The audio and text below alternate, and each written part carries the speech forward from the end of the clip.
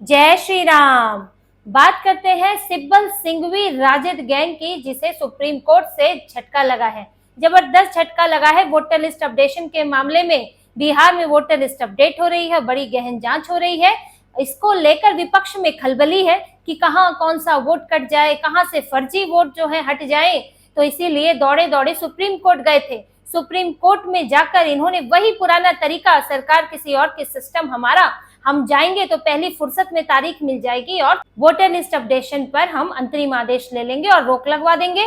तो गए थे इसी उम्मीद के साथ कपिल सिब्बल, अभिषेक मनु सिंघवी, गोपाल शंकर नारायणन, शादाब फरासत, ये सब वकील गए थे। राजद के मनोज झा ने, महुआ मोइत्रा ने, कांग्रेस के योगेंद्र यादव ने, इन सब ने याचिकाएं लगाई थी। और इनसे पहले एडीआर और पीयूसीएल, डेमोक्रेटिक राइट्स और सिविल राइट्स वाले ये लोग एनजीओ हैं। ये लोग ऐसे मामलों में कोर्ट पहुंचते हैं जब सरकारी तंत्र को बाधित करना हो। तो ये लोग पहुंचे थे कोर्ट में अपनी याचिकाएं लेकर। कई याचिकाएं लगाई थी जिसमें यही मांग की थी कि वोटर लिस्ट अपडेशन से बड़ा नुकसान हो रहा है।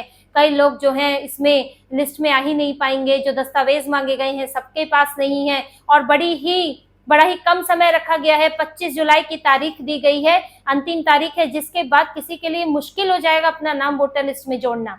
अब इस पर सबसे पहले तो जस्टिस धालीवाल जो सुनवाई में शामिल थे, उनकी बेंच थी, तो उन्होंने कहा कि पहले तो 25 जुलाई की तारीख इस वक्त बहुत महत्व नहीं रखती है, क्योंकि अभी चुनाव की तारीख नहीं आई है। चुनाव आयोग ने कोई घोषणा नहीं की है बिहार चुनाव की। तो जो 25 जुलाई की तारीख है वो हो सकता है, जैसा कि उनका मतलब था कहने का, कि वो आगे बढ़ भी सकती है ये तारीख, क्योंकि अमूमन सरकारी कामों में एक तारीख दी जाती है, फिर उसे कुछ आगे बढ़ाया जाता है। और जब तक चुनाव की तारीख नहीं आ जाती तब तक इसे अंतिम तारीख कहकर हम ये नहीं कह सकते कि इसके बाद समय नहीं है। तो पहले तो यहाँ इनका तर्क खारिज हो गया। फिर ये लोग इस पर तुरंत सुनवाई की मांग कर रहे थे, लेकिन सुप्रीम कोर्ट ने इन्हें 10 जुलाई का समय दिया है।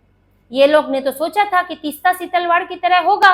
तीस्ता सीतलवाड़ को जमानत दिलवानी थी जब गुजरात में, तो आधी रात को सुप्रीम कोर्ट की बेंच लग गई थी और आधी रात को जमानत दे दी गई थी। इनको तो यही आदत है, लेकिन अभी वक्फ के मामले से ये आदतें कुछ बदलने के लिए मजबूर हो रहे हैं। और अब भी यही हुआ है कि इन्हें कोई अंतरिम आदेश नहीं मिला। सुप्रीम कोर्ट ने 10 जुलाई की तारीख दी है। अब ये लोग 9 जुलाई को चक्का जाम कर रहे हैं। कुछ प्रेशर भी बनाने की कोशिश है, क्योंकि आप जब सुप्रीम कोर्ट चले ही गए, आप चुनाव आयोग भी होकर आए थे, तो आपको चक्का जाम करने की जरूरत क्या है। लेकिन प्रेशर टैक्टिक्स इन लोग की रहती है। लेकिन सुप्रीम कोर्ट ने ना कोई अंतरिम आदेश दिया, ना ही तुरंत तारीख दी, और 25 जुलाई तक ये कार्रवाई चलती रहेगी, सुनवाई भी चलती रहेगी। और इनके इस तरह की याचिकाएं डालने से जो चुनाव आयोग के इस काम पर, वोटर लिस्ट अपडेशन पर, कोई असर नहीं पड़ने वाला है।